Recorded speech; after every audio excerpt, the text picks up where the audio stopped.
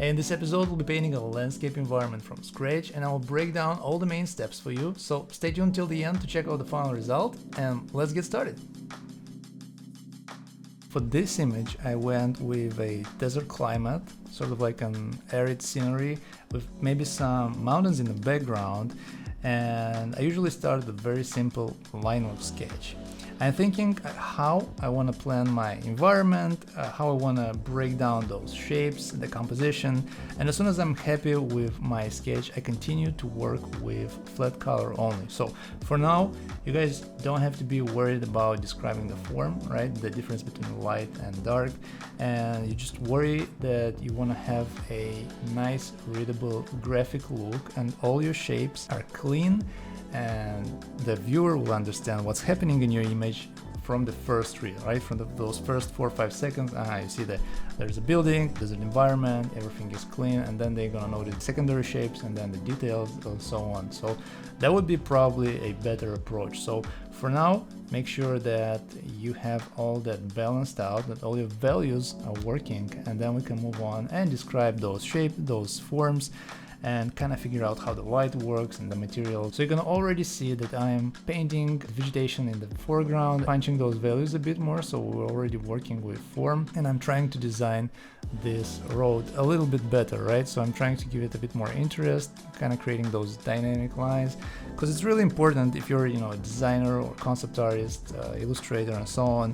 You really don't want to have, kind of avoid those bland or flat looking shapes or some areas without any thought to them. So try to figure it out, some sort of interesting details or maybe some design decisions. Whenever you're working with those, it will add a lot more artistic value to your work. I'm also trying to figure out here how to manage the sky and the clouds, so maybe give them a little bit of a interesting design so they can work together with the composition of the whole thing, because right now they were a little bit bland.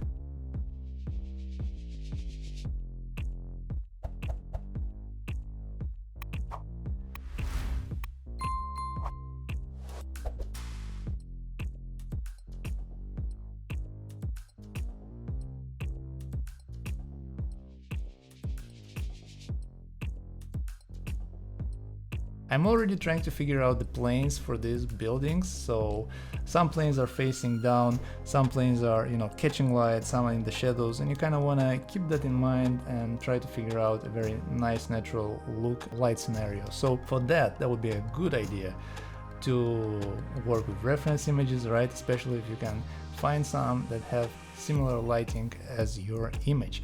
The cool thing though is that once you're done with your sketch, your Linework sketch, and once you've managed your shapes, right, your values, your value matrix looks neat, everything is readable, then adding details and adding textual information on top of that is much easier, right? So the first steps, like the drawing, the design aspect of things, is demanding and important, and then later on it gets easier, and you're also building lots of confidence. Things become much easier, simpler, and you're kind of catching that flow. So right now I'm figuring out how to work on that bridge that's connecting those buildings, and again there are some tricky planes over there with the shadow that are creating some interesting patterns, as well as the light bouncing on the planes that are looking down. So you kind of want to keep that in mind.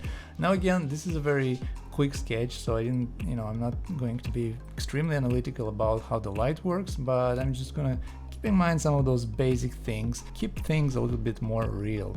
And I'm thinking this whole area could be like a merchant's place or something like that, like a checkpoint where travelers are crossing and buying stuff or selling or things like that.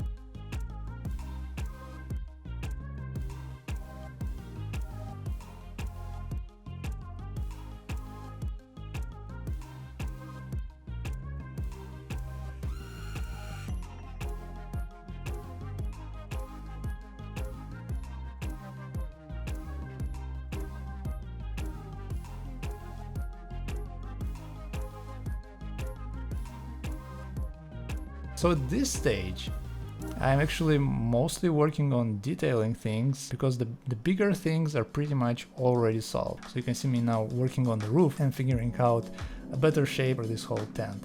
And perhaps maybe the light is gonna hit the corner of it, so that might be interesting. That might create a nice little detail, an additional focal point, so to speak.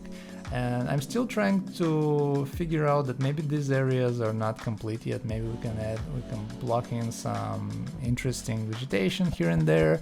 Perhaps we could, make things a bit more natural, and also definitely we'll adjust the values because those trees right there are a bit too dark, right? You can notice that the building is super bright, exposed sort of like from the sun, and then the palm trees, they're kind of too dark. So always compare things because the colors and everything works in comparison. You will make this adjusting during your work.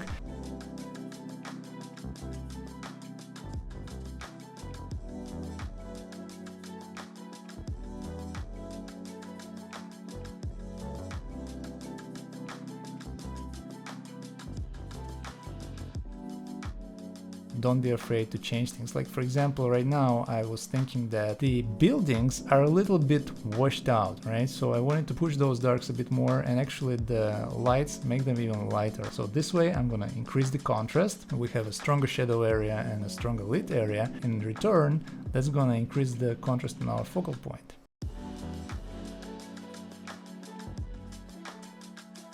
By the way, for those of you that want to learn even more, I'm uploading full process videos with extra commentary on my Patreon page, together with original work files, high-res images, as well as extra brushes, so make sure to check it out. Alright, so finally I'm paying some attention to the mountains in the background, because I kind of left that area unattended completely. You really don't want to overdo it. You have to keep in mind that you don't want to punch a lot of contrast, details and interest and very hard edges, very contrasty hard edges in there, just because it's going to fight with your focal point, which are the buildings.